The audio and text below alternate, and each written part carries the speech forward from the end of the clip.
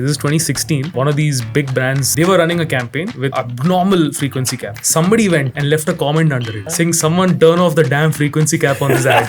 And that was the first comment. But why did you start creative agency in Bangalore, not in Bombay?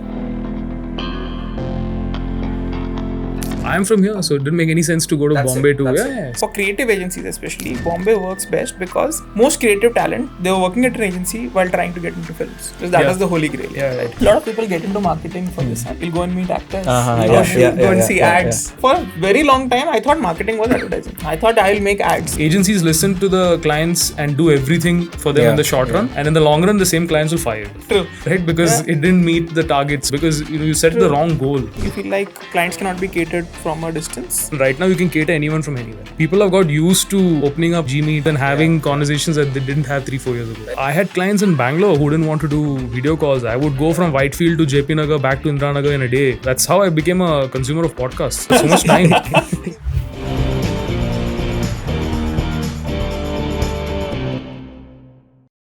But you know what? I'm an outsider technically, but I feel the pain if you're a local Bangalorean, right? How long you have been here? So I was there in 2015 so with ITC. Achha. Then I came back a couple of years back again. You still feel like an outsider? Not as much, but I think it's more about how do you see it. When people talk about it, then you sort of start thinking, oh, I'm an outsider here, right? When you don't hear it, you don't think about these questions at all, right? I'm an outsider, I'm an insider. But like most people in Bangalore are outsiders. Even the ones who I've been here since 2000. I'm an outsider technically before that, right? Correct. So you'll find a lot of Reddys also from Andhra. You'll find a lot of Malayalis. Yeah. Most of I think 25% at least of the retail stores in Bangalore are run by Malayalis. Yeah. So I was in sales earlier. I used to go to all the retail stores, meet all these people. Most of the guys are Mallu. I used to hire sales officers who are Mallu for a purpose. Build a relationship, get more stock in. That kind of thing. Perfect. But you don't...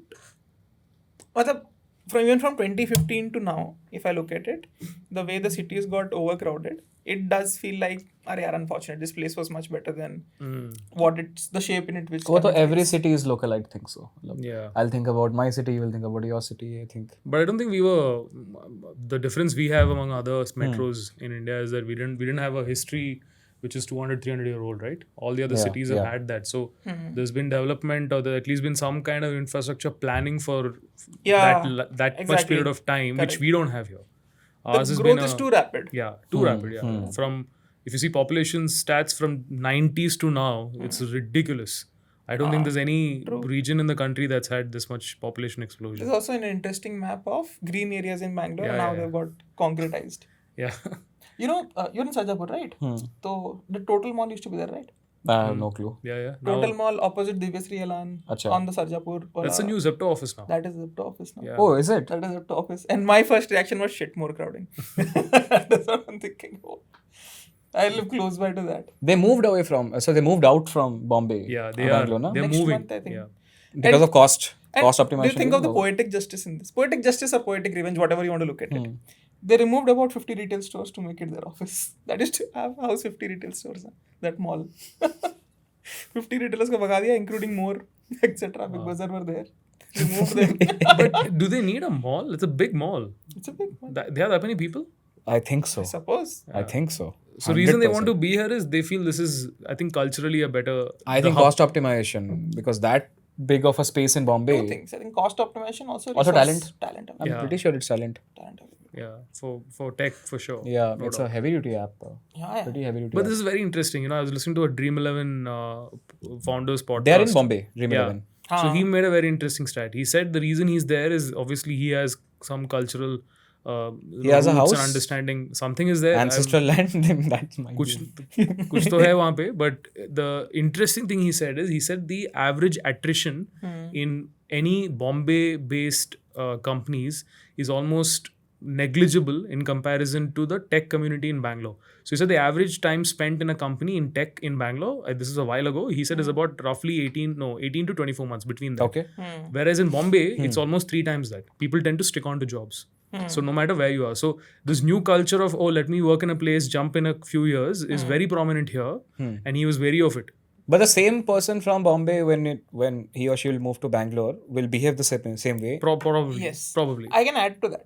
So when I was in Marico in Bombay, and I was talking to one of my team members, and this guy was moving out, and I had just joined, so I had no context of Ketcha retain. I had already decided to move on and etc. So I was saying, where are you looking to go? What are you doing, etc.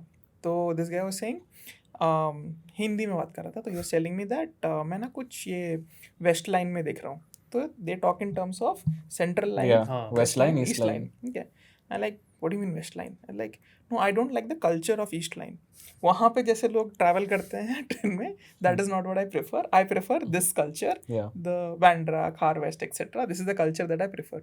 So now when you limit your geography like that, obviously your rate of changing will be lower, right? Because your options are now that much lesser. Correct. And you want to move in the same spaces. For example, let's say you decide I'll work only in ORR. Now ORR has in Bangalore many options. So your options reduce. Understood what you're saying. So by virtue of that, anyways, attrition also decreases, right?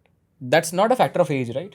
It's not as much a factor of age. They genuinely, people in Bombay believe that there are different cultures across different lines of trains. But Bangalore में वो scene नहीं है. Bangalore में I don't think that is there. People don't believe कि HSR is a different culture, Koramangala is a different culture, or Indiranagar is a different culture. To an extent, I think so. I mean, I feel it now, being from old Bangalore. I mean, I look at it, I know for a fact if you go to Basveshwar Nagar, Vijayanagar, that's hardcore old Bangalore. Malleshwaram, you don't find any of the tech startup community folks in that side of the right? It's all old Bangalore.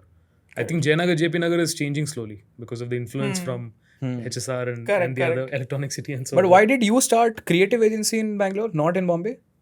I am from here, so it didn't make any sense to go to Bombay. That's it. Simple. And I think, I mean, we are no less. I to be honest, I look at Bangalore and I think culturally there's a little bit of advantage. We have a bit of mix from all parts of India and also from abroad, because a lot of tech attracts a lot of foreign talent in general.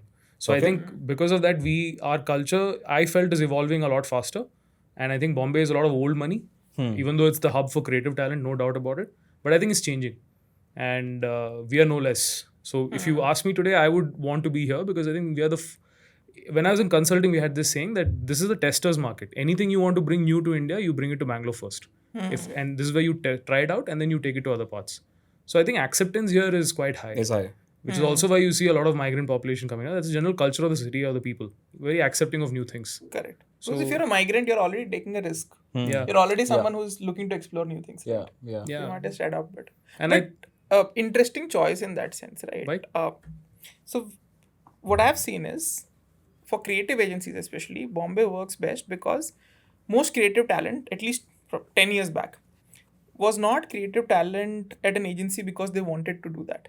They were there because they were working at an agency while trying to get into films. Because that was the holy grail, right? So by virtue of that, you found a lot of creative talent in Mumbai, 100%. And therefore a lot of people, good talent was there in the creative agency. And similarly, a lot of PR talent by the same logic in Delhi because of lobbying and just the affiliation with the government. The film cities there. Correct. Yeah. Absolutely. And that's been the case. And tech and so one of the reasons to actually not go to Bombay probably is also because I always looked at us as a creative hub or a creative agency that understood tech. That knew how to use new mediums and new technology. And that intersection became the sort of USP, right? So then, and it was almost like, let's build the culture or let's build what we want to see. We don't probably have too many examples of it anywhere.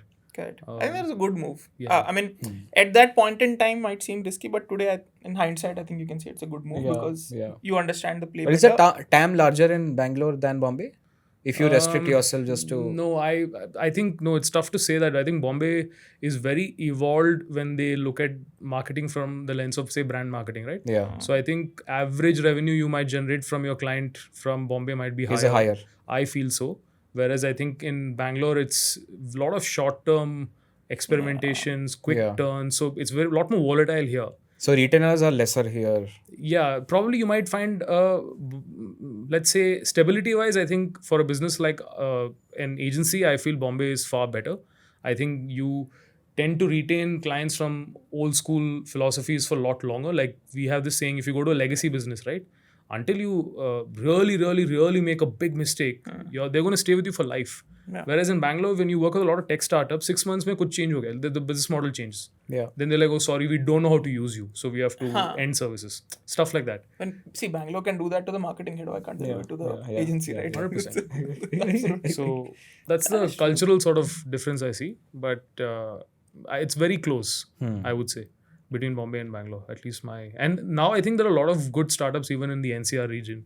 A lot of foreign ones come set up there first, and then they want to try out Bangalore, probably because they'll have the tech hub or the team here, whereas the management marketing is in NCR.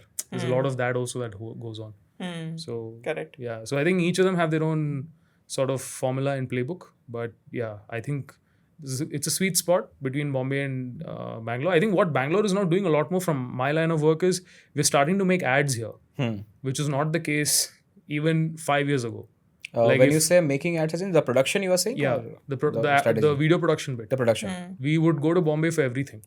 Because the best of the best art directors or stylists or costume designers were all there. Correct. So even if you wanted studio space, you would get there. But here it's kind of hard. Also, the levels of professionalism there is incredible. Like they will literally risk their life to make a great ad for you. So that was not there here as much. It's changing now. It's coming, and that's also I think an impact of what Bollywood has in that city. Like they have done stuff for years, right? There's a great legacy there. So here we don't have that big a thriving film industry, to be very honest. Even in the south, it's the least commercially sought out among the four. So there's a huge difference between the two. So it's changing now. So hopefully we'll also catch up on that. Did you find the same issue as well? Production agencies in Bangalore versus Bombay? I have always found Bombay to have much more options. Yeah. Options? In terms of? In terms of talent, production talent, as well as directors, production talent, locations as well. The kind of studios you have in Bombay, you don't that have. Yeah. Yahan pe supply, so studio is not that. Studio supply is a problem in Bangalore. All kind of scenes can be recreated in Mumbai. You cannot do that in Bangalore. So even now, I feel like your major shoots, let's say 1 crore plus shoots, 2 crore shoots, they still happen in Mumbai. Bombay. It doesn't happen in 100%. Bangalore. Here it's if you don't have the budgets to operate in Bombay, then a lot of people look at Bangalore as an option. Because it's a lot cheaper here in terms of talent, but it comes with the fact that, like you said, there's less options. So you have to make do with what you have. Yeah, but it'll change. We'll catch up. I went and did one campaign where I shot in Kerala, in Kochi. Okay. Incredible experience. It was amazing talent, amazing crew. They did the rough edit of the films while we shot. So the director was a famous Malayalam director called Basil Joseph. So he shot a film. It's there on Netflix, the superhero film from Kerala, Minnal Murali. So, that's a great movie. That's a great movie. So he's the director of that. He's also an actor now. So we were talking to him to do a vernacular version, then ended up doing a different campaign itself with him. But his crew actually edited the films and showed us the first draft when we were leaving the shoot day, like at the end of the day after pack up. Crazy work ethic. Wow. So three ads, small ads, 30-seconders, but he finished it. So it was incredible. So that was a great experience. So I got to explore South talent. So let's see. I think I want to do something like this in Hyderabad one day, something in Chennai. See how those markets are. Interesting to see. But you feel like, so when you say Hyderabad and Chennai, you feel like, say, clients cannot be catered to from a distance? No, you someone can. Sitting in Hyderabad, someone sitting in Chennai is hard to. I mean from a production standpoint too, because I think good video production talent is a function of that location's history in film and what, like say anything that requires you to shoot, right? It could be serials or whatever it is. Correct. So that culture and that sort of talent needs to be there at the grassroots level. Then it stems and it grows and it becomes better. And it starts supplying into other commercial art. So if there's art, then you can have commercial art on the back of it essentially. So I think that comes from on some kind of culture that the place already has. So that way Bombay is at the top. You'll very rarely see people go to Delhi to make video ads unless you need to shoot something that's there like the government. Right? So it's an extension of that. So it comes from where there is culture. Correct. So yeah, that's what I meant. But I believe so. I think right now you can cater anyone from anywhere. I think the world has changed. Correct. And actually it's not the world has changed. I think it is people have got used to opening up on Gmeet or Teams and having conversations that they didn't have 3-4 years ago. पहले तो मतलब first time conversation on online, I don't think I was able to imagine. I had clients in Bangalore who didn't want to do video calls. I would go from Whitefield to JP Nagar back to Indira Nagar in a day. Like I used to have certain days in a month just blocked to be on the road. So that's how I became a consumer of podcasts. Because I had so much time just traveling around. Tell me on the topic of production. A lot of people get into marketing for this. They believe that you'll go and meet actors, you'll go and see ads, you'll go and see shoots. It still is a case in a lot of traditional mainline advertising agencies where the highlight of the year is to do a great campaign with some great actor and then to win some award on the back of it. But also this dream is also sold to MBAs, like MBAs also very clearly. Brand managers. Forget brand. I'll tell you my story. Take it. First year of my MBA, I went there. Firstly, I thought I'll do finance. I didn't want to be in marketing because finance was this image. What's it? Trench coat? Trench coat, dude, not just suit. Achha. Full long trench coat. Black briefcase in hand.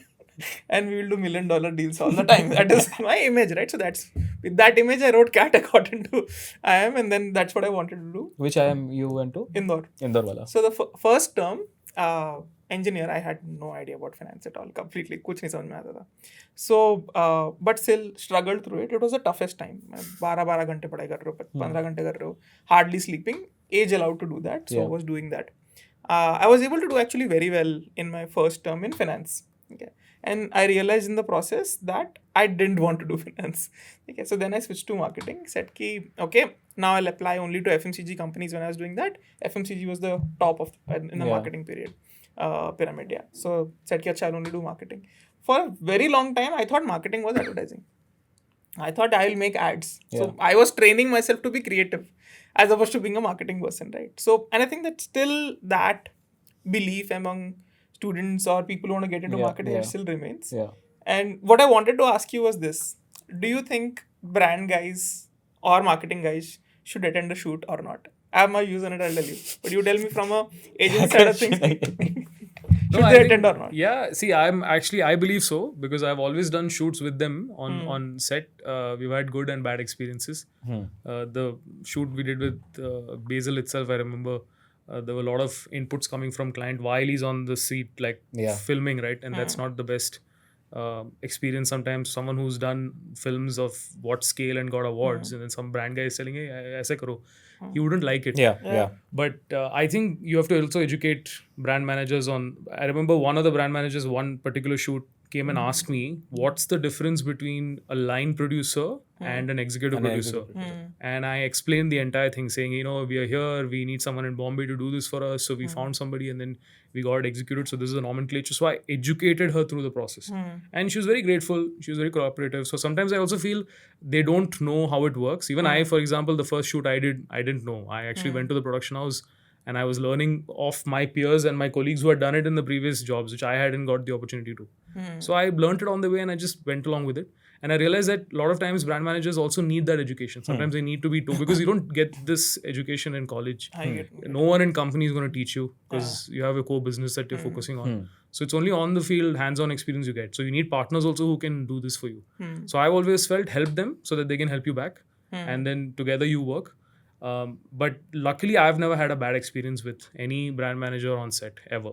So a lot of them don't come, which is also fine if you understand everything about the brand and are able to manage things on the day of the shoot.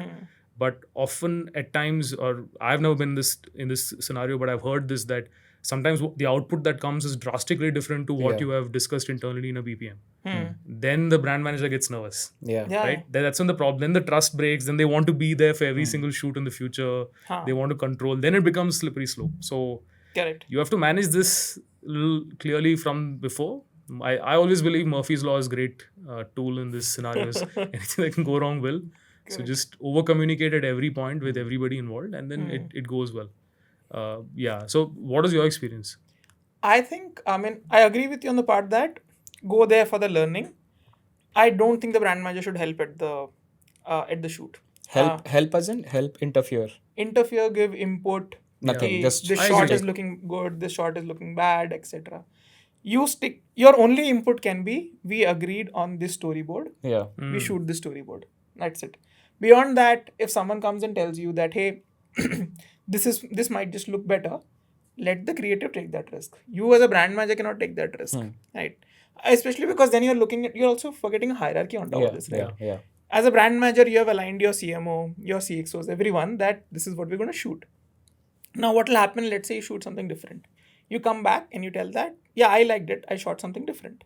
You might have been working on that brand for a couple of years. Let's say it's a big brand. You're working for a couple of years, 1 year, 2 years max. The company has a history of understanding what works for that brand for a long period of time.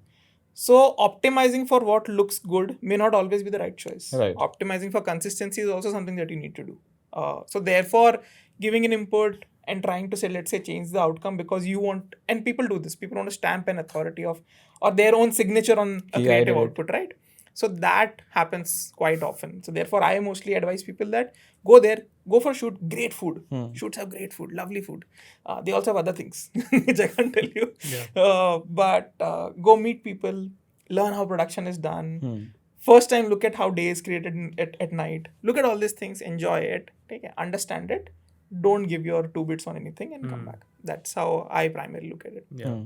But that's all true for any line of marketing work as well. Like, I'll give you an example.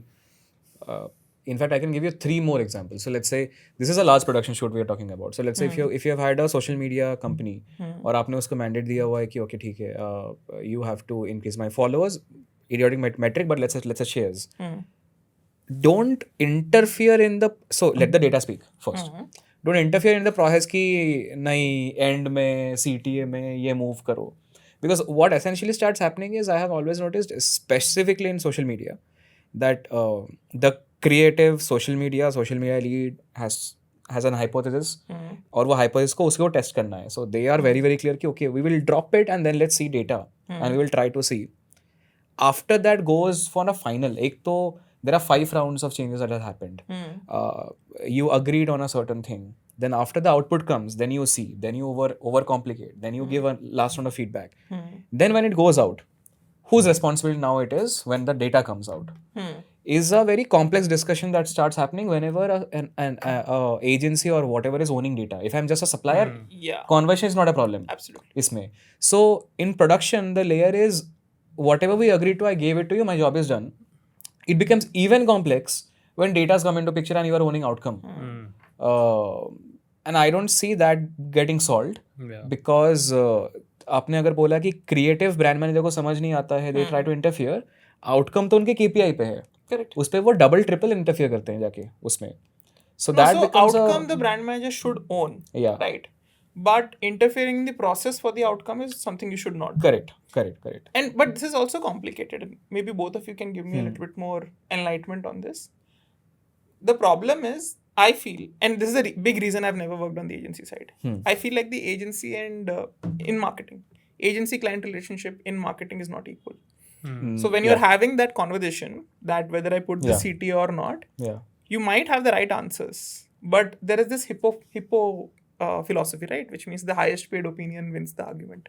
So the brand manager is being on the client side, somehow always has an overpowering sort of influence towards changing things. Now the person has changed it. You still are taking the responsibility out of the output because you can't drop the project at this point in time. Then you go back and deliver the output. The output doesn't perform. Again, you get, say, pulled up for this. And then eventually relationship also sours, etc. and things go down a bad road, right? So how has your experience been and how do you manage this? Like, how do you go and talk to brand guys at an equal pedestal on what you are talking about? So you don't need to, for example, let's say you're talking to an FMCG, you don't need to really understand how retail operations work, right? How your production is happening, etc. You don't necessarily need to interfere in that. But on the subject that you're talking about, you have an equal right to talk about it. Did you ever have an equal pedestal? Is there a pattern? Personally, I've always felt I had equal pedestal with everybody. Or every single client I've worked with. Doesn't matter, client is a very large legacy or a... No. And that is personally. But what do your... Like, what For are my your... team, it's different. I'll agree. Because I think...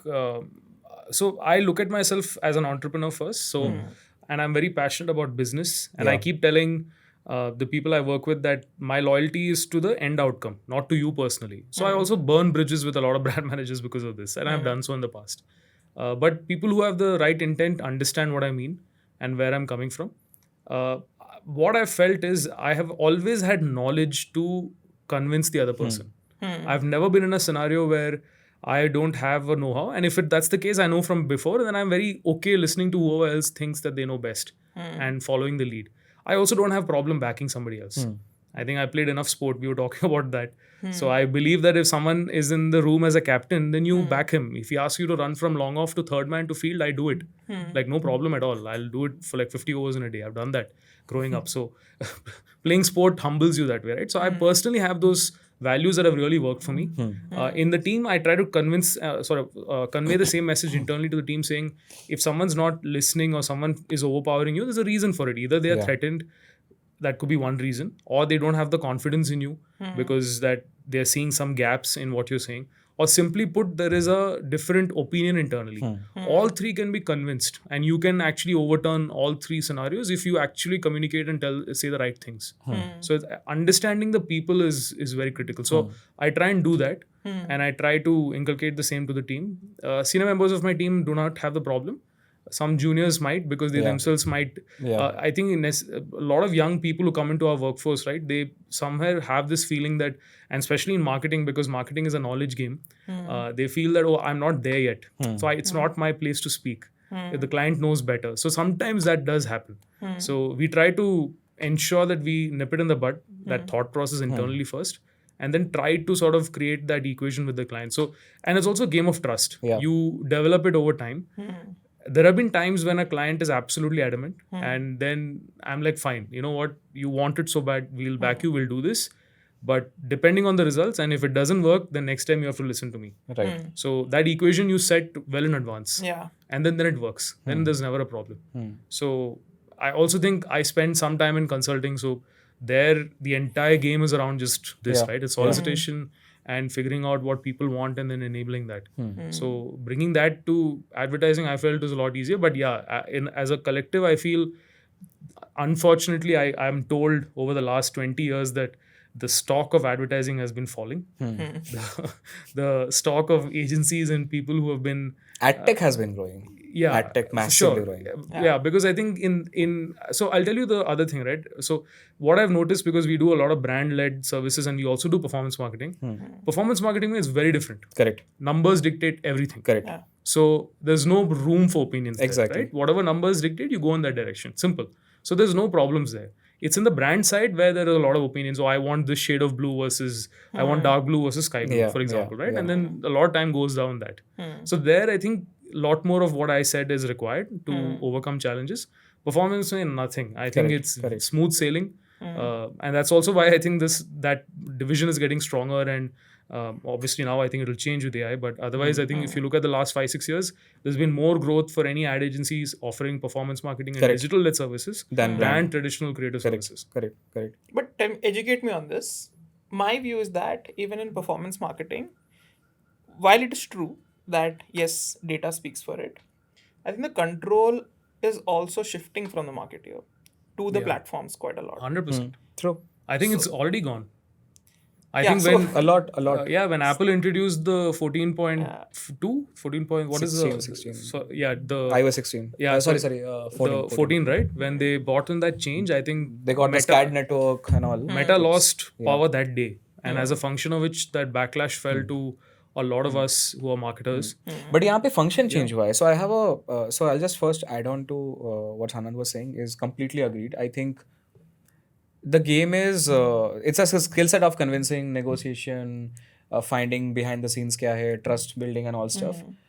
But I have noticed a very interesting thing, and Sanand might have, I think Sanand used that word, right? Ki just because his point of reference or the people look at him as not a marketer, as a CEO.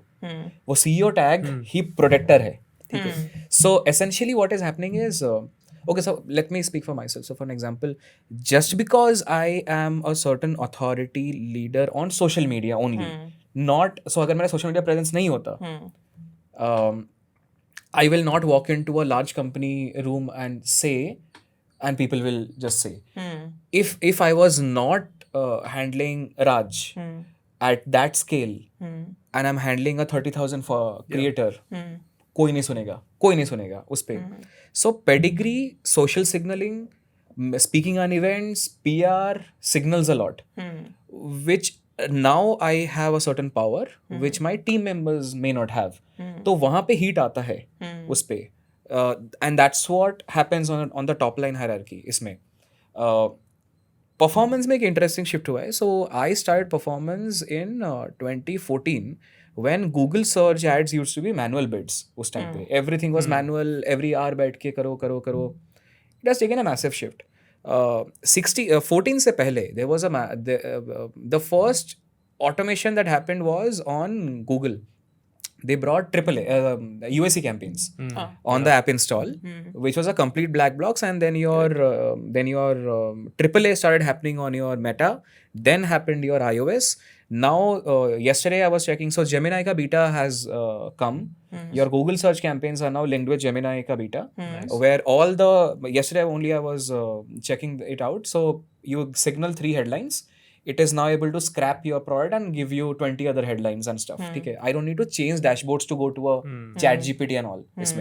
So essentially looks like what they will do is they will force fit the Google Workspace domain for you to buy Gemini link from the enterprise so that all of your workflows go around that in this case.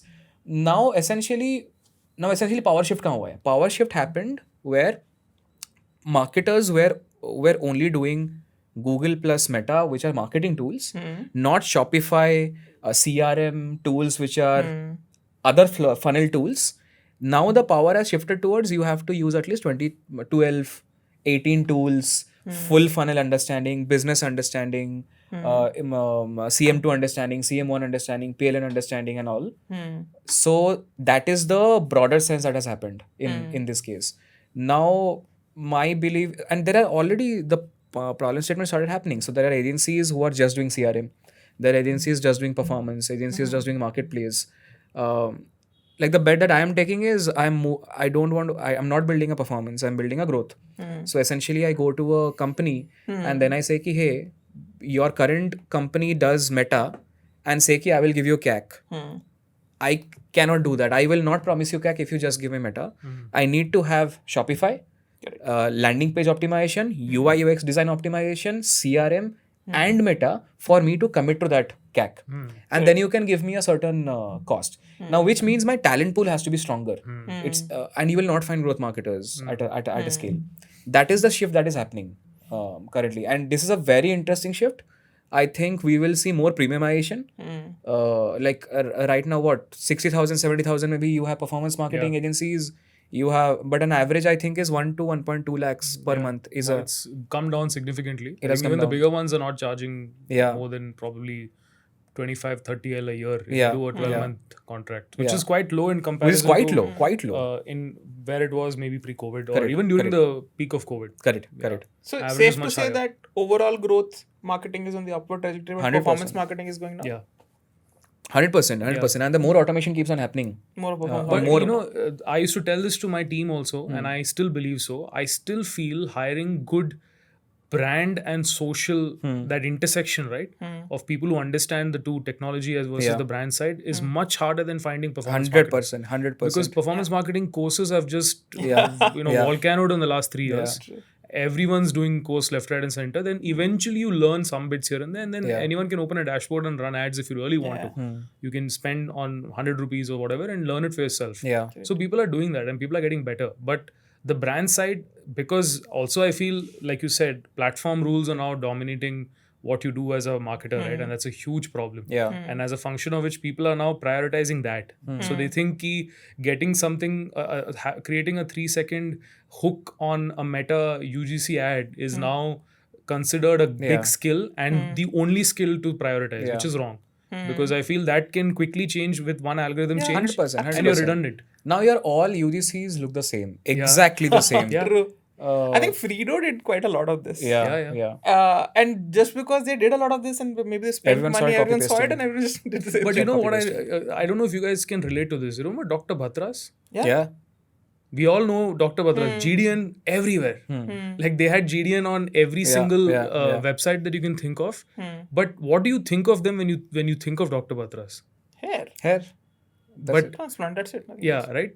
So it's solutions basically, anything to do with hair. Correct. The problem, and I realized this, we worked with Practo a long back, and one of the insights I learned in the brand communications activity they were doing, and they did it well, which is in medical, in anything related to health and medical, it's important to position yourself in a way where when your brand is thought about, it isn't thought about saying ki, problem, this brand. Okay. Right? Because then you're not in the aspirational zone. You are in a problem solver. Okay. So I feel with Fredo and with Dr. Batra's, Fredo's is, neck pain. Fredo. Any pain. Correct. Fredo. You associate with the problem. Yeah.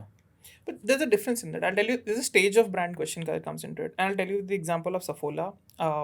The way I look at it is, people think of positioning as one arrow that you are picking, right? I at least think of it like a wedge. So at an early stage, you need to be really sharp, right? So let's say you're Fredo, be very functional, try and actually occupy the space. But as you keep growing, you need to increase the ambit of your operations. Some brands do it well, some brands don't. I'll tell you how Saffola operated. Saffola was very sharp on heart health, right? Now what happened is, once you've dominated heart health, from there to move to overall health is a journey to take, right? So what the problem for Saffola oil as on today is that if you're scared of a heart attack, you'll choose Saffola oil. But if you're not scared of a heart attack, you're not choosing Saffola oil. If you generally want to be healthy, you're not choosing Saffola oil. So that sharpness becomes a problem at a later point. Having said that, if you go very broad right up front and you miss that sharpness, you can't actually enter the market. You can't actually be. But okay, so let's take Fredo for an example. It's an interesting thing for me as well. So Ganesh, who is the founder, very very vocal on Twitter. You're on Twitter as well, right? Yeah. So very clean. Whatever he launches, he just keeps on uploading there. So मुझे पता है कि what are the new things that are launching. I'll just tell you. Want to understand from a branding and positioning POV. For me as a brand builder also, I'm very very curious कि okay ठीक है, अगर ये crack किया उसके बाद क्या होना चाहिए. So they associated with your wedge pillows, neck pillow, and what else? Memory foam. So technically everything was around spine, neck. ये पूरा line का. And everything associated with pain. ठीक है. Solved it. Then came your shoe का नीचे का insole उस पे. Very focused problem statement. Again pain के round पे. Solved it. यहाँ तक ब्रांड की स्टोरी सही चल रही है. They now introduced, so they are working on a chair which is a aspirational chair. क्योंकि chairs को you can't say कि now कि the chairs will fix your, so they are not going into that territory because it will be a very premium chair as well. Second is they sent me a barefoot shoe now. Now barefoot shoe is getting into athlete and these are hype. मतलब आप barefoot पहनने वाला भी वही है कि मतलब जो high end पे जाके बैठ के रिसर्च करता है कि ओके ठीक है barefoot is much better for walking या आप अगर जो weight training कर रहे हो and all. How do you make the transition? This transition should happen on the decision making of what SKU should come. Yeah. First, yeah, this transition should come कि नहीं पहले product launch कर लेते हैं उसके बाद positioning fix करेंगे. How will this? I would say पहले, I think the core question still remains, what is your TG? See, for example, let's say your neck pillows are getting bought by athletes who are probably experiencing injury. By athletes, I don't mean Virat Kohli. Right. I mean, like Sun, playing cricket on and off, or like me, playing cricket on and off, have injuries. Sometimes getting up becomes a problem and things like that, right? So, if that is your core TG, then you look at what are the adjacent problems for this TG that I can solve. Because that audience has already talking about communication TG. No, I'm saying buying TG. Buying TG. Okay. Buying TG. And your communication TG and buying TG will not be very different by the way it's scale. They'll actually come down. Unless you're saying that my shopper and my consumer is different. With a different topic altogether. Like, for example, kids mein, the shopper is the parent but the consumer is the kid, right? So there is a different topic in that sense. But for other categories, mostly the consumer shopper communication and buying should more or less be very, very similar. Now what happens is कि let's say this audience has placed trust on you. So the next time that you say that, hey, I am going to solve this new problem also for you, they will again place trust on you. So that is how I would decide what is the new problem that I'll solve for the same audience. For the same audience. For the same audience. Okay. What is very hard to do for brands is Today I'm catering to 30-year-old amateur athletes. Tomorrow I'll start also catering to 40 plus, 55-year-old people who are also having spine issues and neck issues. Because that's a different brand that you need for it. And the other point is you're also creating a contradiction in the mind of your current user, right? Ki, oh, are you for that person or are you for me? And where I learned this was also at Sugar Free. So Sugar Free is a brilliant brand, okay? They were right there when this whole trend of going off sugar, being healthy came in. Sugar Free as a brand struggles to capitalize on it. Why? Because pre-1995, Sugar Free was a prescribed medicine to diabetics. So who are the consumers who are buying it? Their ads are also a lot like that. No, they changed it. They changed it in 2000s. So after 95, it became a non-prescribed medicine, became over the counter. Then it's a general consumption food product as such. Now what happened is, because your early customers are diabetics, today when you go to a fitness enthusiast and you tell them that, hey, why don't you use Sugar Free for 0 calories and for health improvement? They're like, no, it's for diabetics. This is a medicine. This will have side effects. So every myth around Sugar Free, which is like it will cause cancer, the aspartame molecule causes cancer, is believed to be true. And I can confidently tell you it's a myth, because the study that was done on rats to show that aspartame causes cancer was done by feeding rats 10 times their body weight of aspartame. I think you will die at probably 7-8 times you'll die with water as well if you consume that much amount of a body weight of product, right? So therefore, shifting TGs is hard. I would always look at, this is my core TG, what's the next problem that I can solve for them? If that next problem happens to be, let's say, knee pads, if that for Fido, if that next problem happens to be even apparel that is helping you perform better, I would still go with that as opposed to going with a completely different audience. What do you think? So where I started this off with was the point that like we were saying, if UGC ads are all looking the same and now everyone needs to create that hook, then you're depending on showing a visual or communicating something that's a little unpleasant, right? Or a little, say, what do you call, controversial, or it talks about some problem with the health, problem with the body, and that's what gets attention. So all ads are going in that direction. And so my example of Frida was the point that they might be positioned, like you said, right? Early days, you need to be sharp. And I think they also have a background of, I think the parent company is in health equipment manufacturing. Oh, is it? Yeah. Okay. So I think this is so they make chairs, I think, for dental or for hospitals. Okay. Something That's like why that. the supply side is coming from. Okay. So there is a history for the parent company of doing it, which is what I've been told, or something along those lines, which is why I feel, yeah, sure, Fredo must have fit in very nicely into the portfolio adjacent to what they do. So it makes sense, and catering to this audience who probably have health related issues and hence supplying the product to that TAM, fine, it's great. The problem is, to a layman who doesn't have the problem, I'm somewhere cheesed off by looking at constant visuals of humans having neck, back, body pain, and then all of a sudden when I think of the brand now, then I think of problems. And that is the issue I was trying to get to. A lot of UGC ads are going in that direction. So if it is, say, a carpet which is, say, has some qualities, they don't talk about that. They talk about our carpets in your house smelling. Is giving this kind of order. Now use ours because of some reason. So all ads are coming from that direction, right? Where there's a problem and now you take my brand. So that's the fundamental issue I have. Otherwise, I understand. I feel if they go to a different medium and they do communication, it probably would be different, right? That same philosophy of what works on UGC will not work on other mediums and other platforms.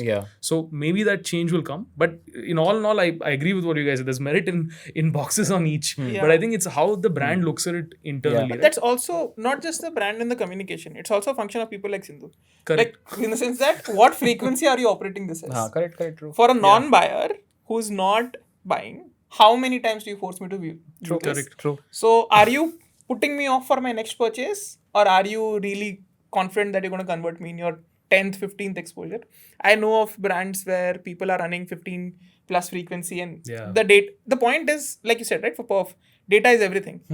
So the answer would be that, hey, it's converting at 15, therefore I'm showing 15.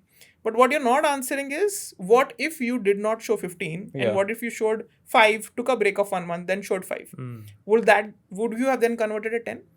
Or would you have converted, let's say 6th one, 7th one? Have you tested it?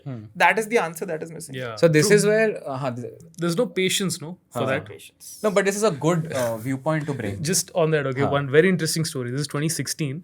One of these big brands, forgot their name, I can't recollect, but they were running a campaign with abnormal frequency cap. I think some 20 something, right? Somebody went and left a comment under it saying, someone turn off the damn frequency cap on this ad. And that was the first comment. And it went around everywhere. And like us in the advertising community, people are taking screenshots and sharing it, at least in the digital side. And it was hilarious. But early days. Yeah. But non-platform operators wouldn't know about this. Yeah. Even brand marketers, brand managers wouldn't know this. They'll just say, we're seeing it a lot. Why are we seeing it? That's the question that comes through. Yeah. Correct. But you were saying something. No, the same thing only. So there are two executional aspects to it. Number one is, till this date, majority of when does someone in their career journey understands that correlation of frequency with CAC, mid-funnel, cost per add to cart, CPM is high? That is 3 years primarily. At an intro level, none of the edtech courses teaches you. There is a very, very high possibility that generally what happens, a new company founder is a non-marketing founder, will hire someone junior. So this high frequency game is for the first 2 to 3 years unless someone tells you or you are aware of that. Second, when the pressure is that high, nobody is looking at that table. It's super real. No one is looking at that column, frequency high hai. For 2 reasons. Number one, if I know frequency high hai, and my founder keeps on telling me ki yaar, I don't have money to create more creatives, I'll just say quiet. I'll like it, theek hai. Jab phatega tab phatega dekh ke. Now when you are a large company and there is an internal performance marketer or a media planner who is coordinating with the agency, this is where it becomes trickier. जो आपने सवाल बोला, it's a very interesting problem statement, but it is not the job of agency now to find, because agency wale might have deployed 2 people depending on what is the money that you are giving them. You are giving them high money, they might have deployed 2 good people. But those 2 people are also handling 5 other brands in this case, where they don't have the bandwidth of building data attribution models ki, okay, if I stop 5, take a pause and all, which becomes a responsibility of the internal media planner. Ki agency ka kaam hai execute karna, you decide on these models and do this. This part is my problem, which is completely missing. So essentially what happens inside the story, performance वाला chill मार के आता है, 5-6 reports दे देंगे, हाँ the cake is hit, agency did that, ठीक है, what was your contribution? A lot. You have a UGC agency who is doing so. This data attribution models is completely missing because no one is inventing internally also ki, hey, what if I change the custom metric to this? Correct. What will happen? Correct. So I think simple answer also is to a lot of these decisions, unfortunately, like you said, when there is no internal resource who's capable of doing it, then they depend externally, right? Correct. And then the internal, for example, we've had this scenario so many times. We're working with a brand team, but we are handling performance. So they look at us as people who can handle something that they don't know. But at the same time, some critical decisions have to come internally. Correct. So either the performance team has to have the capability to foresee that where they don't understand and then bridge the gap. But that also is a chance because what I've seen so far, very few good performance marketers are there who understand creative and understand brand and look at it from that lens, right? Very rare. Yeah. Say more. Tell me with an example. How does it pan out? So, for example, if you have a lot of, say, some brands who probably operate with a lean team have one common brand manager for all marketing functions. Yeah. Right? And they're speaking to you for performance, then they're speaking to somebody else, sometimes they're speaking to a PR agency, etc. Yeah. So they are not there on any one function dedicated full time. So they're just juggling between things. Yeah. And now if you inherently don't have background, and because it's tough to learn something new when you're doing that kind of a role, right? So if you don't come from a background where you have spent years, learned at least one aspect of marketing and honed it, tough for you to move on. And I'm talking about a lot of early stage startups also who employ marketers who are in their mid-20s and then put them into these roles. Very tough for them to actually be able to take these decisions. And the problem I see a lot of times is a lot of the brand-centric marketers, unless they're in an environment where there is, and now this environment could be either a performance growth marketing led where metrics are discussed at depth, like he just spoke about so many, right? A lot of the brand managers I meet don't even understand what these metrics are because they don't have enough. If you take away probably the 50 100 top companies who are funded and are operating on a growth first model on any of these digital first mediums. Rest of them are still tied to their company's historic ways of marketing. Like you were in Marico, you probably can relate. A lot of the principles there came from what they've been doing for the last 20, 30 years, right? Yeah. Tough to go in and change that overnight and say we should do it this way. Yeah. To try and, I think Marico actually is a great example now I think of it.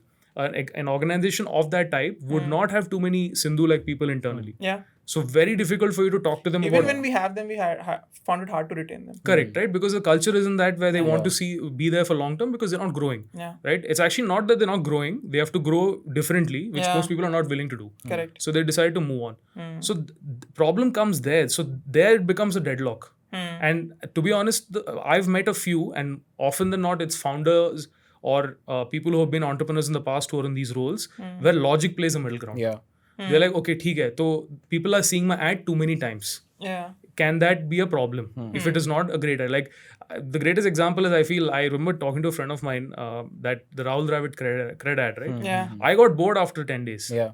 How many times will you keep seeing him break window panels and stuff, right? You know what's interesting? You called it the Rahul Dravid cred ad, Yeah, not exactly. the cred ad featuring Rahul Dravid.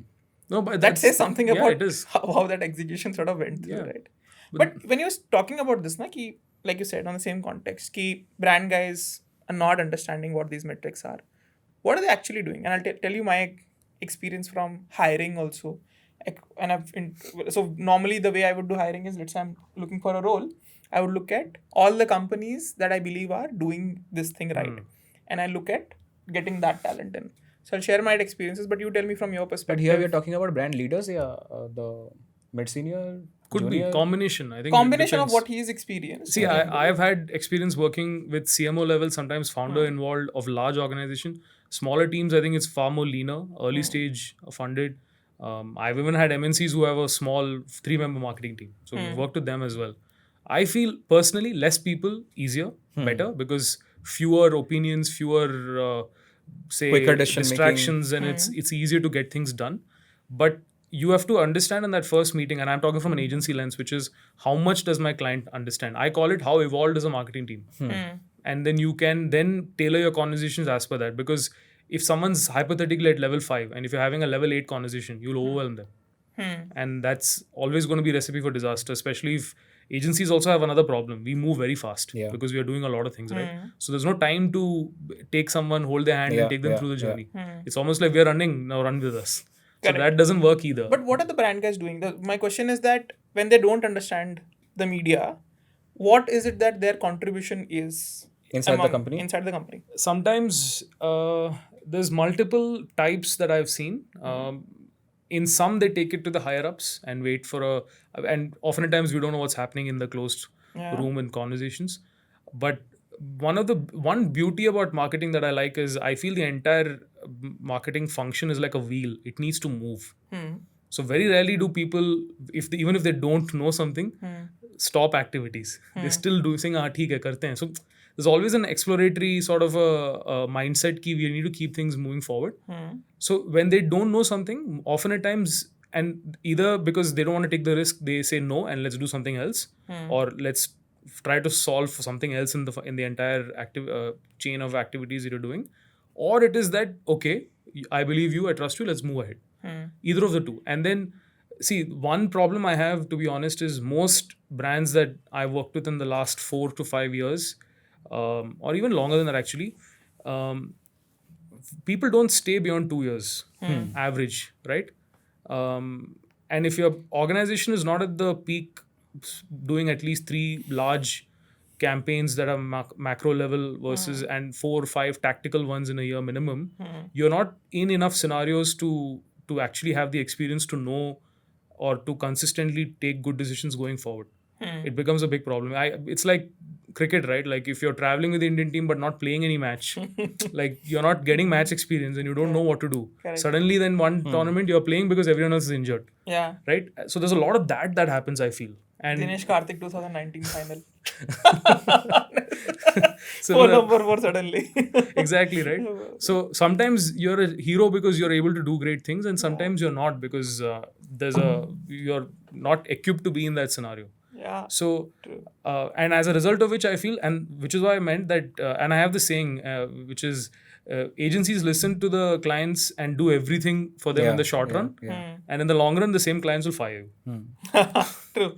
Right? Because it didn't meet the targets or key. Because it won't. Because you have to, you set the wrong goal. So that's why right now I think it's a very murky, because if you look at a lot of brand guys and they say, oh, we don't believe in agencies. And agencies for the last 15 years have been saying we have problem with brand. Yeah. So it's, bipartisan that way, right? True. So now it's playing out in a way where everyone's wanting to build in-house teams.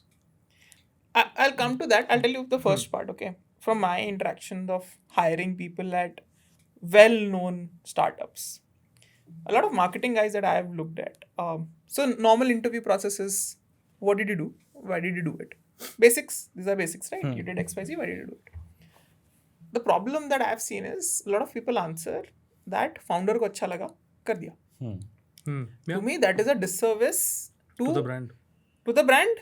To marketing as a function, to the whole concept of a job in itself, right? Ki your job has become that I am here to please that one person in this space, right? As opposed to, for a marketeer, your holy grail is consumer. I did it because the consumer wanted something of this. Therefore, I took this action. And on that note, also what happens is a lot of these kind of brand guys, they gravitate towards 2 or 3 things that you mentioned. One is becoming a project manager. Udhar se file aaya hai, I'm forwarding this email here. This is coming from here. I'm forwarding it to somewhere else. Someone else do it. So I'm not doing anything. I'm being a coordinator to a large degree. Second, they do is, because creative is an interesting thing, they get too obsessed about creative. And they add their personal point of view about whether a creative is good, bad. Yeah. And they spend huge amount of time in just looking at the creative itself. Oh, that's what you meant when you asked what are they doing? As Yeah. in operationally, what are they doing? What are they doing exactly? So I agree with you. This is what this is something that I've seen. And third, what they also get obsessed about is campaigns. So for a marketeer, think of it this way: when you're looking at solving a consumer problem, campaigns is one way to solve a consumer problem. So I'll give you this example on Saffola Oats, or take Maggie also. Any of these ready to sort of cook products. The amount of water that you add to the product while cooking dictates what's the consumption experience like, right? If the consumption experience is good, your repeat is better. So as a marketer, you want the consumption experience to be good, but you're not going to go into every kitchen, right? Unlike Harpic, where you go and knock on every toilet. I guess not all brands are knocking on every door. So what you do is you basically give a marker on the packaging. You fill water up to this point. Now, that's not an ad. It's a simple thing on packaging, right? That you fill water and add this much water, right? Why you do that? Because selling 250 ml, 350 ml doesn't work. No one has measuring beakers in their house also, right? Now, that's a great solve to a marketing problem. But what a lot of people do is, it's like, if you have a hammer, you will go and use a hammer on everything. So, you'll say, acha, people don't understand how much water to add. I'll run an ad saying, add 100 ml water, add 100 ml water, add 100 ml water. That is a massive waste of money, and that's a disservice to I got a the great function. observation here, adding to that and taking the analogy of your so आपने technically ये कहा कि the brand manager's job is also to do service to the customer, which is customer delight, और वो delight का part packaging भी हो सकता है, as simple as that, not just an ad. Now taking this to a consumer tech. Now consumer tech में let me define and break it down. There has been a lot, मतलब 8 साल से VCs, founders, and specifically CMOs who are leaving a job have been telling me, and that's why I made a lot of money as well. Fractional chief growth officers are very, very rare in case. And when I specify a chief growth officer, a person who understands apps marketing, rare talent. People who can do Meta and Google, talent is there. Apps marketing has a different stack. Your MMPs come into play, your fraud detection come into play, your mix panel come into play and all. Plus product marketing, plus automation, plus clever tap, more engage. Now suddenly this there is not enough supply कि कोई पढ़ा भी नहीं रहा है. Like neither clever tap is teaching how to run a push notification, nor colleges are teaching, nor any edtech is teaching how to do that particular part as well. But everyone knows कि email अपने आप में larger component है. How do you increase your open rates to how do you increase your click rates is a larger component by itself. Now for a long time, what used to happen is Bangalore started building growth teams and they started building product marketing teams. And product marketing को जाके बोला गया कि hey your job is my play store is technically like my retail store. कि user का entry का first door सुंदर दिखता है यहाँ पे, you design it like that. But play store sits with the growth और the ASO guy. And brand manager stopped having the say about those 5 images. उसमें रैशनैलिटी और क्रिएटिविटी का कितना मिक्स आएगा. Point 1 completely miss. मतलब वो KPI में नहीं आता ब्रांड मैनेजर के. I don't remember when I saw a brand manager interfering to understand what will be my push notification flow. Is the first touch point of push notification that the user gets is hi, welcome to this, which is a dry language, or is a trust signal, hi, the story of this is this. I find that problematic. Like if I could take a side note on it, I keep telling this to people. You really need to understand that brand marketer ka job is not about doing campaigns. And take any example. Okay, let's take Starbucks. This is my favorite example. Tell me the last viral campaign that Starbucks did. I don't remember anything. Nobody knows, right? But is it a great brand? Yeah, it's a great absolutely. brand. Why is it a great brand? Because it's a great experience. Correct. So now when you say I'm managing this brand and you're not getting yourself involved in managing the experience, Correct. How exactly are you managing the brand? Correct. Right.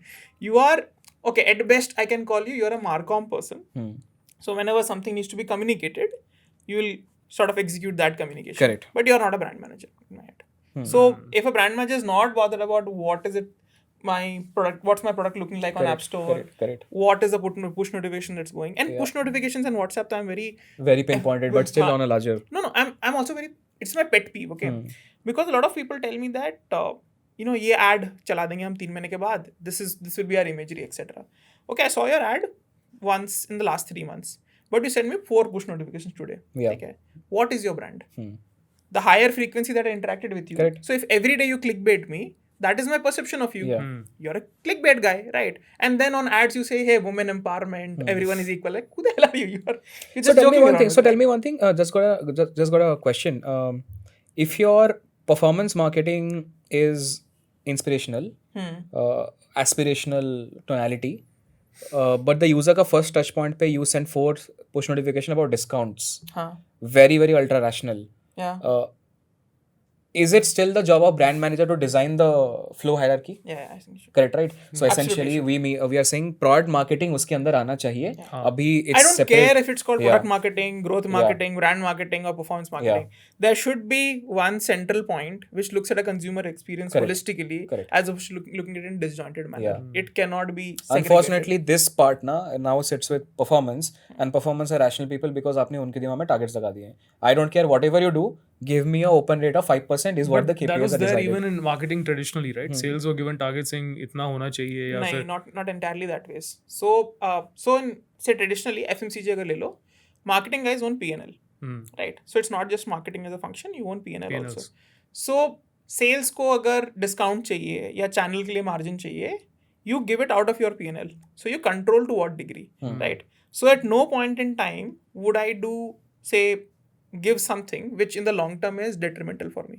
And I believe that org structure is also important because as a marketer, you're responsible for P&L, which means that, and revenue, which means that you're sometimes taking short-term decisions, but you know that your key KRA is long-term.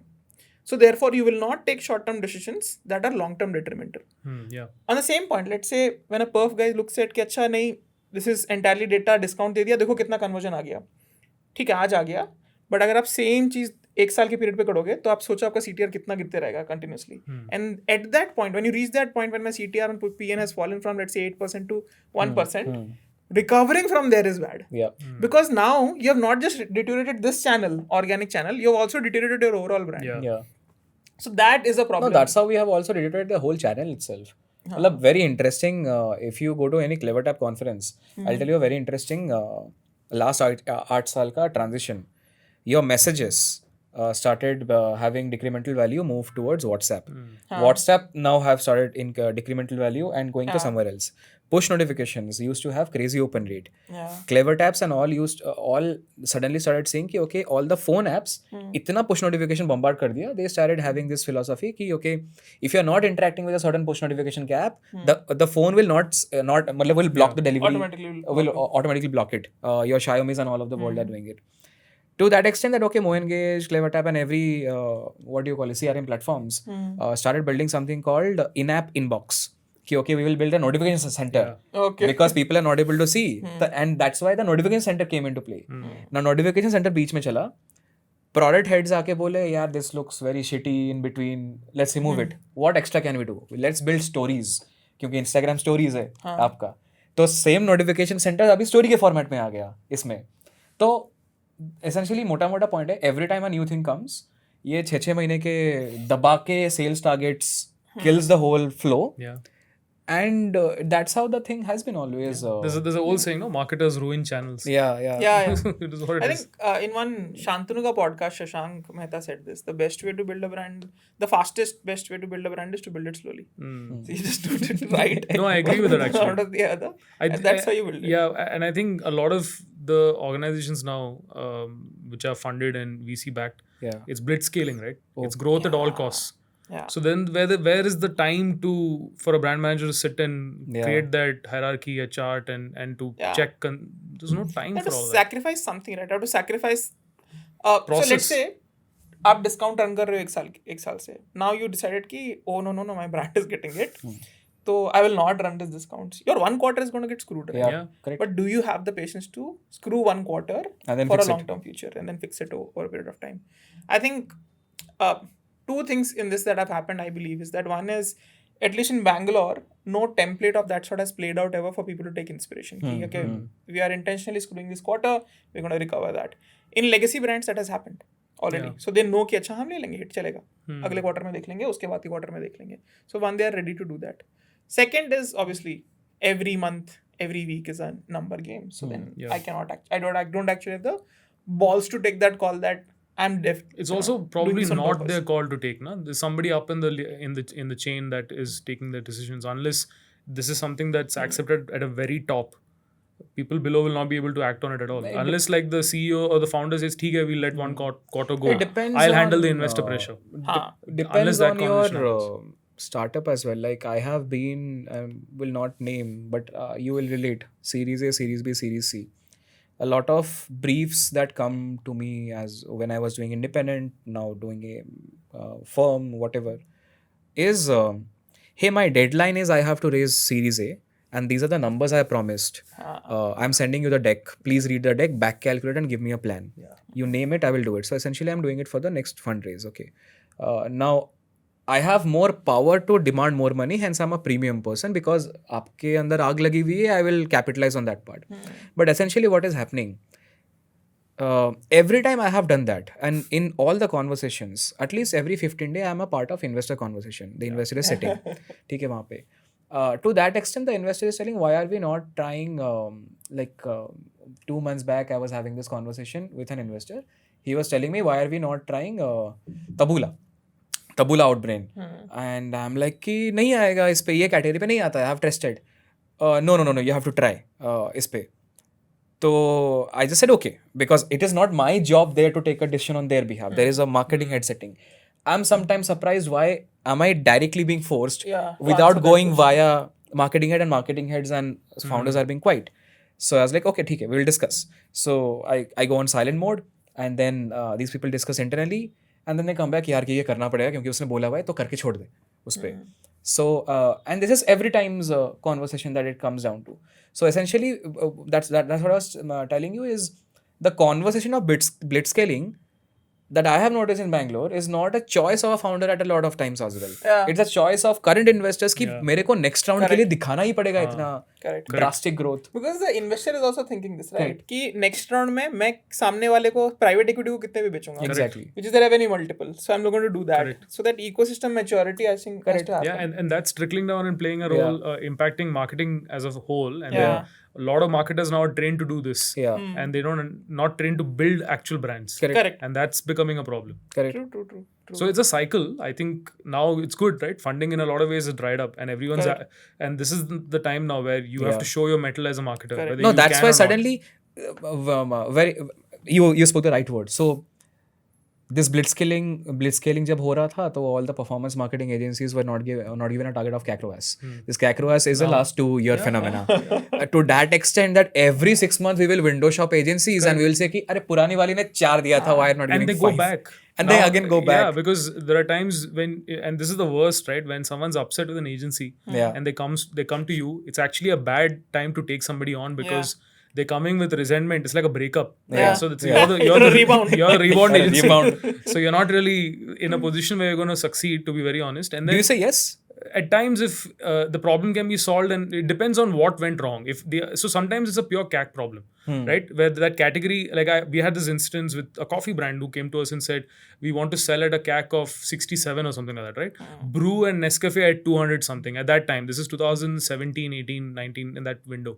What made them think they can do 60? Yeah. So, and they sold it to the investors. Now they need to do it, right? And they can't. And then they came and then we are like, listen, not possible. But we had never worked on coffee at that time. But I had a friend who was handling Nescafe from another agency. So I said, "Theek, we'll try. Let's figure it out. Nothing for us to lose anyway." And we wanted to take it up.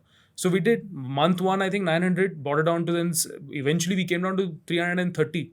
Not bad for a new brand that has never done anything online, right? But early stage. But in 3 months, they lost patience. And I said, so this is the problem was they sold the dream to the investor. So I'll tell you, I'll add in this. So I do consult with a lot of startups.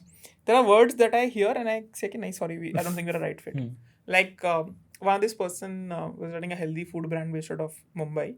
He said, "What do you want me to do exactly?" is what I was asking. He said, my brand needs to go viral. I was like, yeah, thanks. I'm not the right person for it. There are people who probably can make it go viral. But I'm not the person to make sort of this thing happen. And then there are people who reach out and say, who are very early stage. I know one founder and he was like, कि मुझे ad बनाना है और TV पे चलाना है.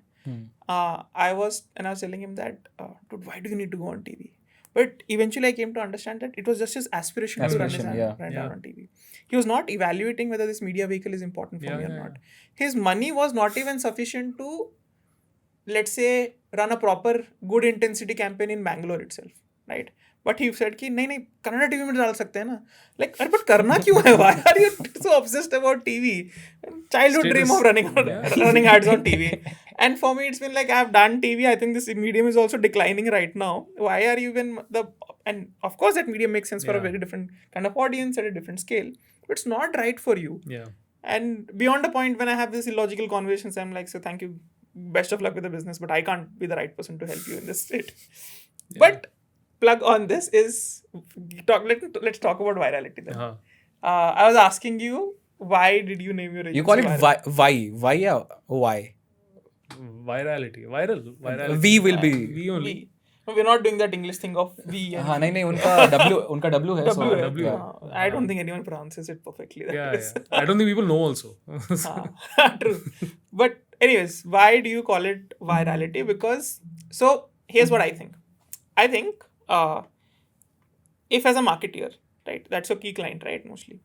If you're looking to go viral is your objective, then answer this question for me that if you think about the last 1 month, think about the number of ads that would have gone viral or content pieces and think about how many of them do you actually remember. And my bet is you will remember some for sure. But those will be ones where the execution is interesting, but the messaging is consistent. So therefore, it's built on you as opposed to some random thing that went viral sometime back and give you a 1 week, 1 month spike, and then nothing happens after that. True. So why would you name it virality for that? I mean, I didn't think this much, to be very honest. Simple answer. It was a nice name. We were brainstorming for names and we stumbled on it. We named the blog, we said we'll have a blog, we'll call it The Wire. Oh. Okay. We didn't have a name for the company, but we named the blog. Okay. This is 2015, 16 probably. And there were people in the team who were big fans of the show called The Wire, if you watched it. Great show. It's very critically acclaimed. So they were referencing from there. Then when everybody left, I was playing around with it and all that. And I put it into domain typer, which is, and then I brainstormed and I asked it, that's the ChatGPT, .0 whatever of that era, right? So you can put in a name and you can give you all social handles and everything. So I was just trying to find visibility. So stumbled on it and then found some name, refined it. And then I was like, hey, So we first were at Wirality. Okay. That was the initial name. And then I said, ki theek hai, if I just remove the E and it sinks in so much more easily. So I said, we'll go with that. And that's how the name But came. do I didn't clients think reach out to you with this brief? Kuch viral karna hai? No. Maybe in 2018 and Not maybe now. among unevolved clients, kuch viral bana do, they would say. I still hear this. Yeah. How But do you not hear it? luckily we don't. I think, I don't know, blessed. Or maybe that conversation has happened when I'm not there. So maybe I don't know about it. But luckily we don't hear. But I feel virality as a function with a V, you can't manufacture it. Yeah. It's It out of can't be control. engineered, yeah. It is uncontrollable. So then there's no one can make you viral. No one can come and say ki kar do. I mean, there are probably ways where you can become viral by being infamous. Yeah. But I don't think any brand wants to do that consciously. Yeah. So yeah, but that's the story. But yeah. But yeah, brands sometimes do, and this is often said about, like you're saying, growth or performance guys की short term number revenue देखते हैं, brands भी करते हैं. Brands do this for virality, on virality specifically. And like my recent favorite example is Nykaa doing the Ganji Chudel collab. Yeah.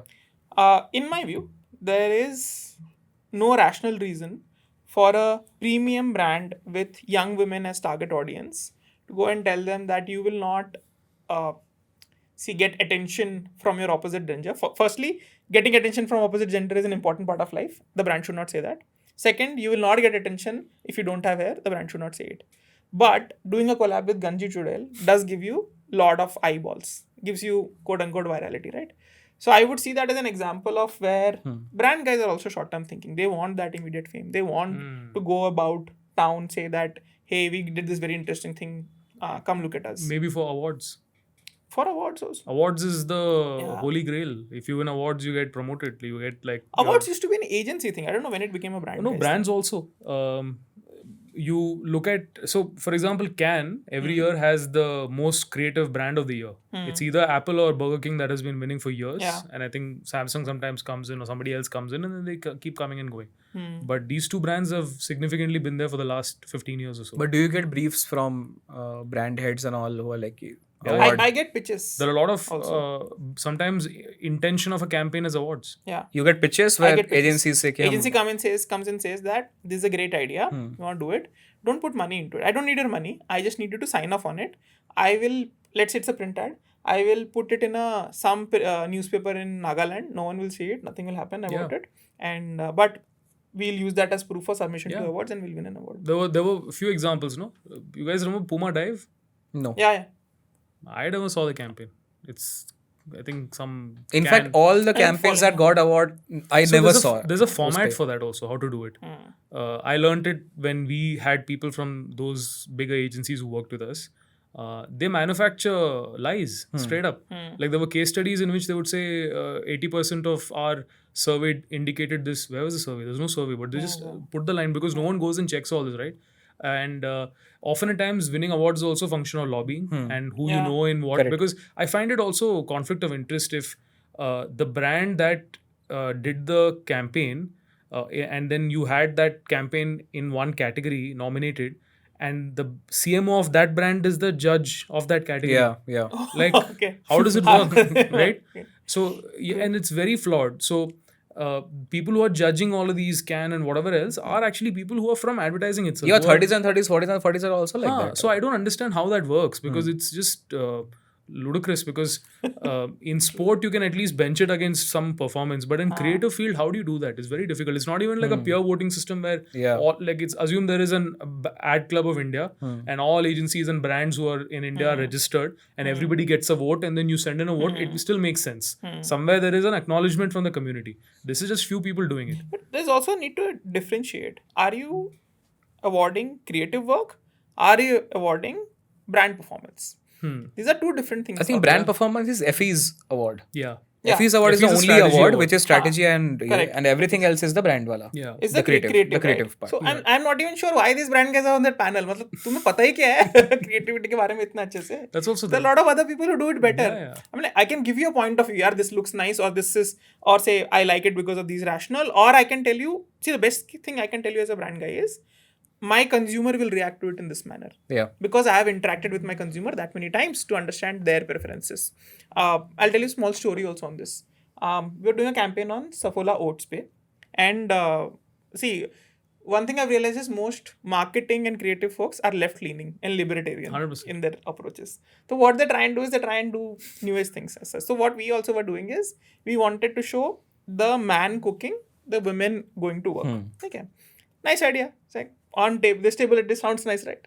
We went and tested it before. So you do the scripting and then you go and show it to audience. This is the script. What do you think about it for a feeler?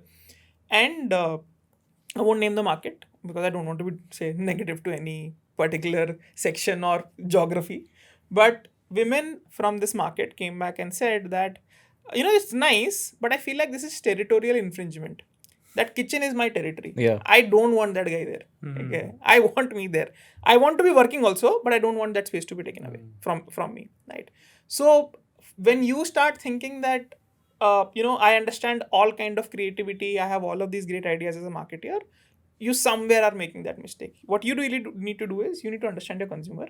You don't need to understand all kind of creative work. So I feel like from that perspective, marketers are probably not even the right people to judge creative awards and creative work at all. They just don't know the head from tail of it. I always felt the best judge of an ad is the consumer. This is the consumer. Yeah. Rather would do a public voting. Yeah, but then they wouldn't be able to judge the technicalities and then often awards. No, but it's still easy. I feel. But for a consumer, there is brand. The brand is supposed to be for consumer. You're purely judging creative, right? Yeah. Creative is not. Art is done for the purpose of itself, not for something else. Fair. So then let the creative guys. But I think it has got a very randomly weird idea, which is if I build a platform where the platform scrapes out all the creative ads that is running anywhere. And the only thing that tool does is checks the retention data. Retention is basically stickiness of your script, video, audio, सब कुछ मिला के एक ही source of truth है retention. Yeah.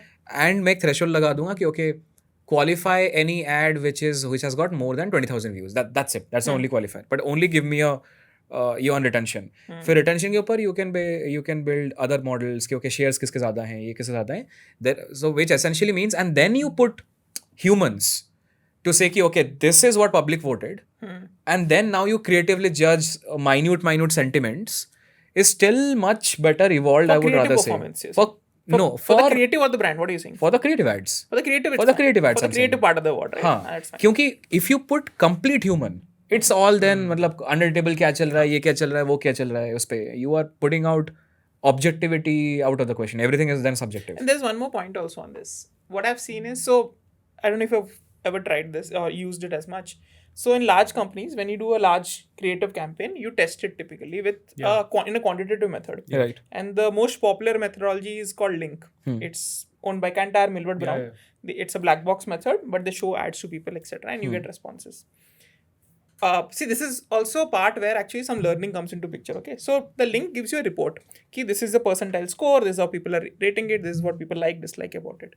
What I've learned is that tool is great, but you do not run with an output that is pass with every audience and pass on all parameters, or fail on all parameters. So you'll anyways not learn, but pass on all parameters is also not good to run.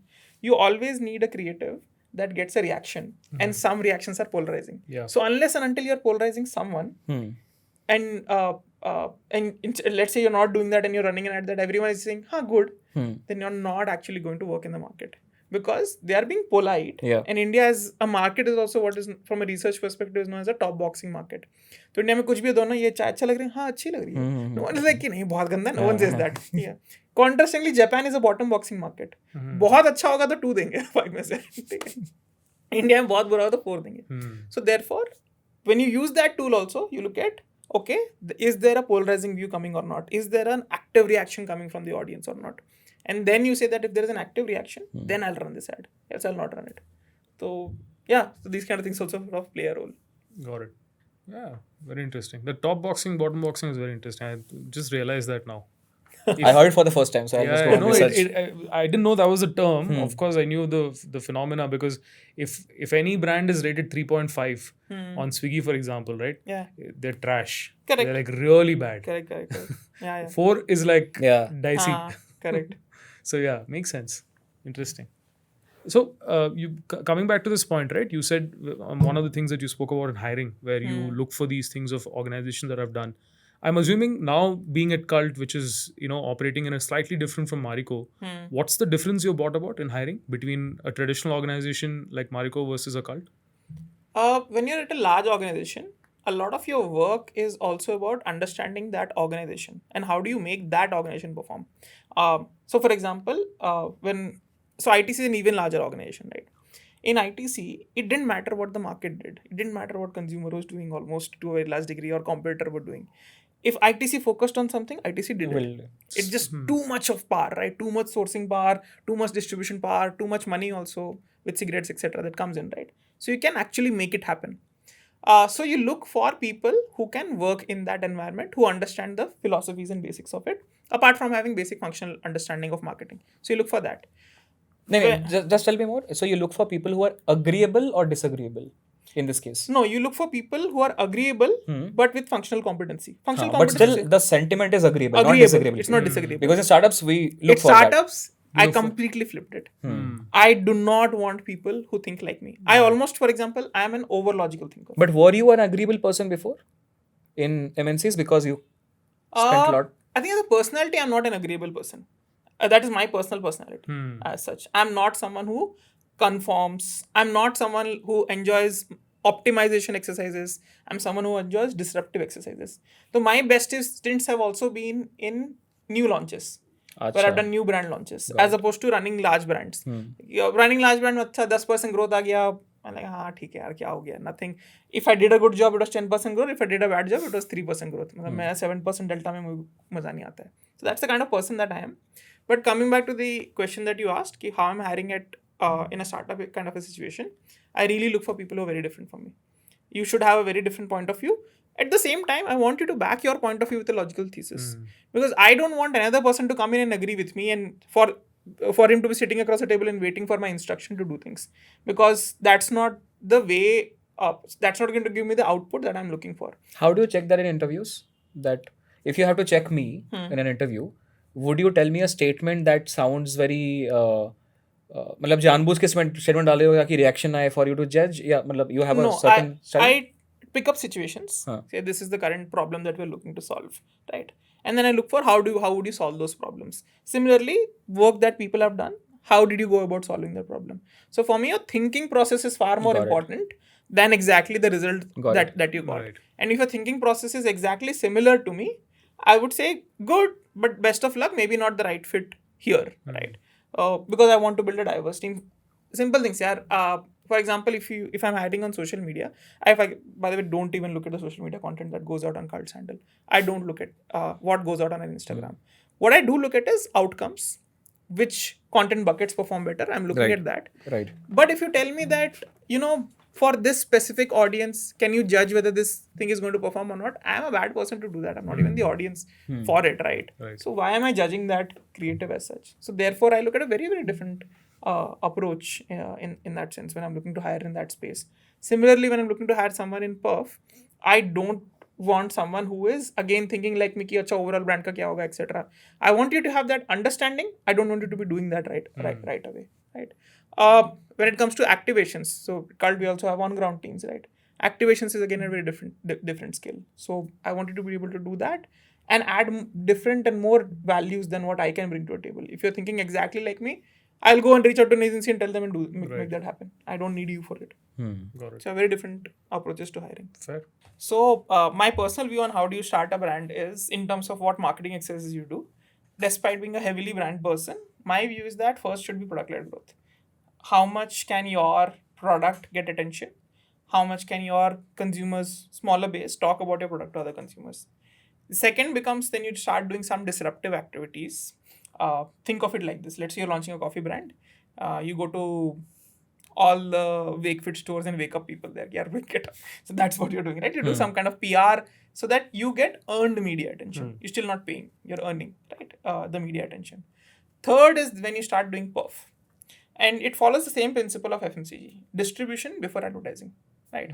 Perf is a reach distribution almost, right? Yeah. You're being available to consumers to a lot. First you do that, then you get another set of consumers. Only after that will large-scale advertising, content, etc. come into play. Makes sense for you. In parallel, you can start building say content engine, because for any organic content to gain traction, at least my view is that you don't see it in less than a quarter. आपको एक quarter consistently run करना होता है, then you get an algorithmic push, then you also sort minimum of realize a quarter. what kind of things work, and which is for example also a problem with lot of people from an agency perspective, also from social media perspective. They'll say कि अच्छा एक हफ्ता content डाला, viral गया क्या कुछ? It won't. It just can't. For nobody, it happens that way. Then you do that, and after that, then you say that, okay, my flywheel is in a good shape. Now I'll do sort of mass media advertising to make that flywheel move faster. Right. So therefore I was saying ki, even if you're building a new brand, a new part of the conversation, I think that input of having perf first is at least my personal view of how do you take it forward. थोड़ा मेरा अलग. So my flow will be separate. It depends on what you're building. So let me specify. So let's say it's coffee bags that you're selling. Coffee bags are separate category. Coffee beans are a separate category. Instant coffee is a separate category. Yeah. The first thing, if I'm starting, I would do in sequence is go and check Google search में volume कितना है. That inherently will give me an understanding that okay, how much of generation I have to do, category generation, volume generation, and how much is already available. If it is already available and I don't care कि okay 1 lakh available है, 1000 available है, 1000 भी it's a pretty good number. I think I would rather, only if I'm selling a D2C on a website, I would start with Google search. My product-led growth is a function of the first sell. So if a first sell happens, then product-led growth kicks in, not the vice versa. So for me to kickstart first sell, Google search becomes my first actionable point, let's say. But yeah, everyone knows 100 people, right? How do you not have Correct. first sell 100 people that you know? I'm here assuming, so okay, 100 people का problem क्या है? मुझे क्या लगता है कि I will still go to the people that I know. Simple. So, and there is an inherent bias that comes up. So if I'm a founder, if he doesn't like coffee, I will not even go to him at all. Correct. Pura ka pura. Absolutely. So if he likes Nescafe, he might enjoy this. But I will put my bias on से यार ये तो Nescafe पीता है, ये नहीं पिएगा. Correct. So मैंने same ही user के बीच में घुमाया बैठ के उसमें. So right TG is a problem in that right case. TG is a problem in that my case. My finer point on this is कि yes, you will run these say, Google ads, Meta ads, but not at scale. Not at scale at all. Revenue बेचने के लिए मत करो. आप अभी भी product test करने के लिए. Absolutely. In fact, मैं तो जानबूझ के स्पेसिफाई कर रहा हूँ. Not Meta ads at all. Only Google search ad, which will give you a reality check that maybe my website is screwed up. Maybe people are not okay with the price. Correct. And then I will do calling. Every time add to cart to drop off is happening, I think the first 100 users I have to directly call, go and visit अगर जरूरत पड़ी, is it high price or not. That's the most rational check that you can ever have. In fact, customer calling and conversations is one of the most underrated tools. Yeah. Absolutely. And people quote, like we were discussing earlier, when you say कि customer से पूछो, people say that oh, Henry Ford didn't ask people whether they should make car. Jobs didn't ask people because these are iconic figures, right? Also, how you ask is a skill as well. How you ask, what to ask. Great skill. Researching, doing consumer research, not, in fact, framing a question in a manner that doesn't bias the respondent. Correct. Is a very strong skill. How do you break that ice so that the person is willing to talk to you and give you a genuine answer is a great skill. I'll tell you with an example. I was talking to a user for cycles as a category. And I'm trying to find more correlations and more reasons to why people buy cycles. How do they make that decision? Why do they prefer buying offline? Why do they prefer buying online, etc.? This was a useless interview, broadly, I'll state that. But it's important for me to understand that this data point is useless. And because I was able to break ice with this person, he actually told me, भैया क्या हुआ ना, मेरे society में एक लड़की थी, मुझे अच्छी लगती थी, तो उसने एक साइकिल खरीदी, मैंने exactly same साइकिल खरीदी because I wanted to have a conversation. Right. So I'm like, great input, thanks. I'll not put it as part of my research. But if I'm not able to break that ice, this guy is going to tell me random reasons. Correct. ये इसका ना ये अच्छा था, height अच्छी थी, इसका smooth था, flows. And I'm taking that as inputs, right? So therefore, if you don't have that skill of getting a genuine answer out of the question, out of the respondent and framing an unbiased question, then customer research, etc. understanding calling will also be a double-edged sword. Also the kickstarting format now has now things have changed. So you have founder-led growth, that as a concept built in public, as a very simple concept that works actually. And if I have to your and my difference, because you built a, let's not call it as an agency, you are building a marketing firm, let's say a marketing business. You built a marketing business in a different time, I'm building it in a different time. Our approaches are very, very different to that extent that my first inherent thing came that, okay, I will have a chat with 10, 15 CMOs and I will note down all the problem statements that no one is giving. That's it. It did not come from ki I come from Perf, मैं Perf बनाऊंगा. In fact, I'm not building a Perf only. Perf is a very small business under my second point, how do I get clients? So for an example, 8 years, 10 years back, everyone used to have a sales person. We are like, I hate sales team. Pura ka pura. I will talk and I will not also show off, hey, this much ROAS I hit for this client. There are a lot of agencies they are doing. I will only say my subject matter expertise on LinkedIn, Twitter and all. Every time we build a playbook, like right now I'm trying to build a small 2-member team जिनका काम सिर्फ एक ही है. Every month we should build free के playbooks and we should launch how D2C should adapt performance max campaigns. मतलब that specific playbook versus market trends. उसका क्या करूँ, मतलब वो marketing वाला कुछ नहीं कर सकता उस trends का. That the Meta and the McKinsey's just give 70% growth in D2C if a quote comes from an ENY. There is no insight I'm able to draw and use it in my real life. It is a good screenshot to be dropped on an investment firm. So what does it mean growth in D2C? मतलब coffee P रहे हैं लोग या चड्डी खरीद रहे हैं, क्या कर रहे हैं? मतलब उसको स्पेसिफाई भी कर लोगे तो भी मतलब क्या ही करोगे? You have to go deeper to find. Why, which market, where? But these are all these are all headlines that you use in a presentation, na? Before 3-4 slides before you drop the idea. That's all. That's all it serves. Correct. So suddenly community build करना, WhatsApp build करना. Without even starting an agency, I can start a 100-member CMO WhatsApp group, build contacts with them, do coffee sessions, and my clientele is ready. So, to answering the coffee wala question also, I think now we have moved to an interesting model where you might, if you are planning to launch product after 6 months, start the community on the first go. The community can exist on WhatsApp, Twitter, doesn't matter. But then you have those unbiased, जो हम बोल रहे थे ना, कि then you are not calling your friends to test. Correct. You have unbiased people, and 300 followers are also a damn good number.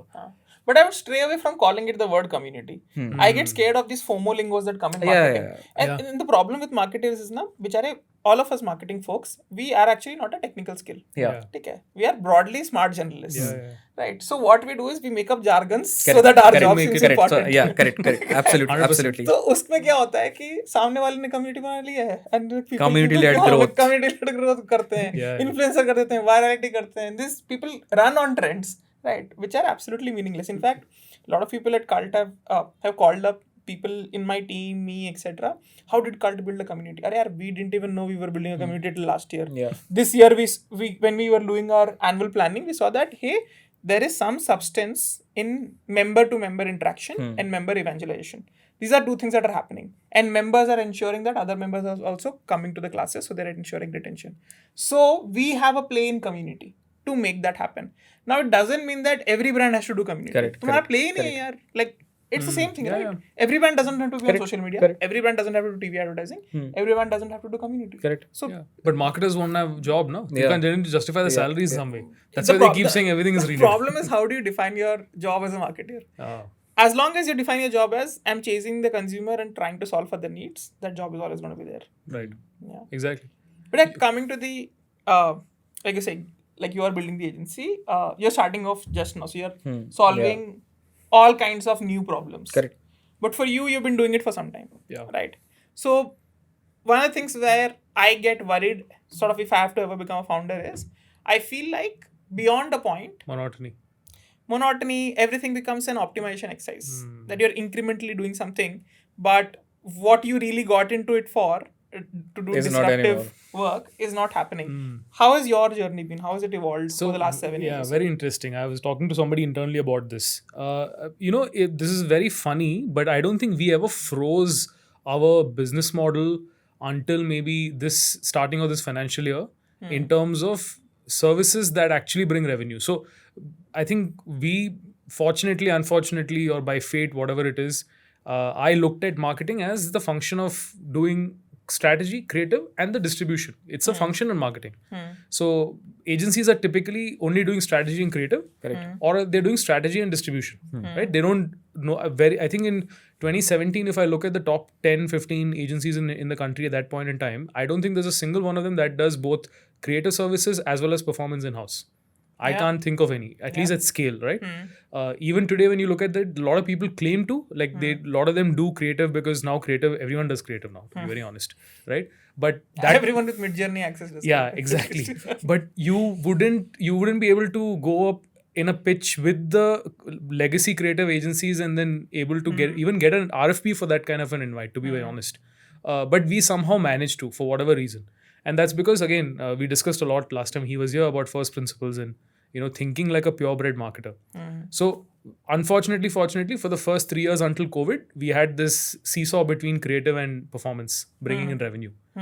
Some quarter creative will do, some quarter performance will do. And that became the lay of the land till COVID.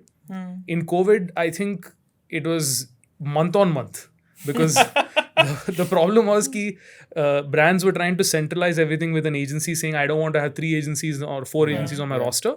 We don't have money because it's, tough times. So we'll crunch it. So 2020 became consolidation. 21-22 became further explosion because I think so much money came into the market, right? And then over the last 18-12 months, I think there's been a little bit of, say, a restriction on how much people can spend, and then as a function you need to get profitability, etc. So I think to satisfy my urge of being somebody who loves chaos, I keep telling people that I'm a wartime CEO. I struggle with peace, right? I have no role to play. I get bored. So for the initial years, I kept trying new services. So first year we were pure social. In 2018, we started performance. In 2019, I think we went a little bit deeper into growth. We started doing retention. Then we started doing production in 2020, started doing ads at all scale. 21, 22, I think we went deeper into these functions and tried to get bigger, better clients and then optimize for it, which was fun. After that, I realized we started exploring the offline side. We started doing, brands would come to us and say, hey, can you do our tagline, for example, right? But sometimes they would come and say, hey, we have the strategy in place, we need someone to design it. Now, when you have creative talent who have great creative aspirations, you can't contain them saying, social karenge, digital karenge, and campaign karenge. They get bored, right? So you start taking in work. It becomes difficult. So you go all directions, which we did, which is also fun because you learned so much. Now I brought the focus back in and I said our thesis in 2017 was we'll focus on future services. We don't want to be hassled by what agencies did in the past. So we sort of streamlined, and now I think we are quite strong and solid and we know where the future is and where our vision is. But in the process of that, what happened is what we were good at, right? It became peace times there. So like in a lot of meetings and rooms, it doesn't stimulate me as much because I've been through the cycle a lot. So now what I'm trying to do, and I told the team also this is new for me in the last 1 year, which is, of course, optimization after a while gets boring. Like, for example, last 3 months, I'm not looking at the P&L as much as I used to do in the last 1 year. Because now I know exactly what is moving where. I have a rough estimate of the numbers, percentage, etc. So now I'm very keen to see if I can coach the next line of people in my team to start thinking that way. And that has become a great motivating tool because it's also new. And I started on this maybe 18 months ago, small, like maybe with 1 person, 2 people. I think I've started getting runway into it. Now I'm trying to do that even with the creative talent. So in a lot of large creative agencies, they have creative people who are actually people who can write or design whatever, who at later stages in their life turn into P&L heads. Right. So I worked with 1 person in a consulting capacity for a while and I realized his capability. He was handling a very large agency's West and the South office. So he had to do the P&L. So he was handling Amazon and HDFC and accounts like that. So, I was understanding how he looks at it. And today's creative talent and agencies are not taught to do that. In fact, they're kept as far away from money as possible. So I'm trying to teach them, which could be a great differentiator for us because then you build a little bit more maturity in that creative talent who also can look at things from a financial lens. Because oftentimes creative people come and say, I want to do this ad, I want to do something. But then when you say, we don't have the money for it or whatever, they get very rejected, dejected. Correct. The morale goes down. Then they find it very hard to motivate themselves on the account the next time. All of those problems get solved. So now I'm trying to solve for those things where can you get people's knowledge base is expanded? Can you get them to think beyond what they're doing or what traditionally their roles would do? So I'm focusing a little bit more on that in people-led thing. And this is a very real thing. I had this talk with somebody very senior 5 months ago. He was a global CEO of a very large cable company which used to do underwater cable wires for all the telecoms and the internet service providers and all that. And he actually said that to me. He said he actually saw it in me and he said, I get a feeling that you're getting bored. He's like, these moments that you sit in your cabin, he said, can get very lonely. Because everyone is busy in their work. You have gone beyond it. Now, either you need to create new work, which will also burden the team, or you need to figure out something else to do with or the you time. Become a micromanager, keep Correct. interfering. Correct. That's right? other way. Exactly. So, micromanagement is the worst. Right? So, I've tried as much as possible to get away from it. And I think naturally, I'm not obsessed that way. So, it's actually a very quintessential moment for any leader and manager to realize what to do when you're alone. Correct. And not to, disturb the team when they're in their craft or they're trying to solve. And a lot of people struggle with that. And I started realizing that a lot of people quit because of this, because they saturate their own knowledge for a role. Yeah. And then, especially when you're an employee, it's hard because organization is not going to create yours, right? Correct. But in a lean team like ours, we are 35 to 40 people, to be honest. So for us, I still feel that there is a leeway. So someone can come and talk to me and I can figure out ways to challenge them. And now I'm starting to do that. And I'm seeing retention is better now as a function. And in our line of work, if you can retain people for longer periods of time, familiarity builds speed and speed helps to win in business.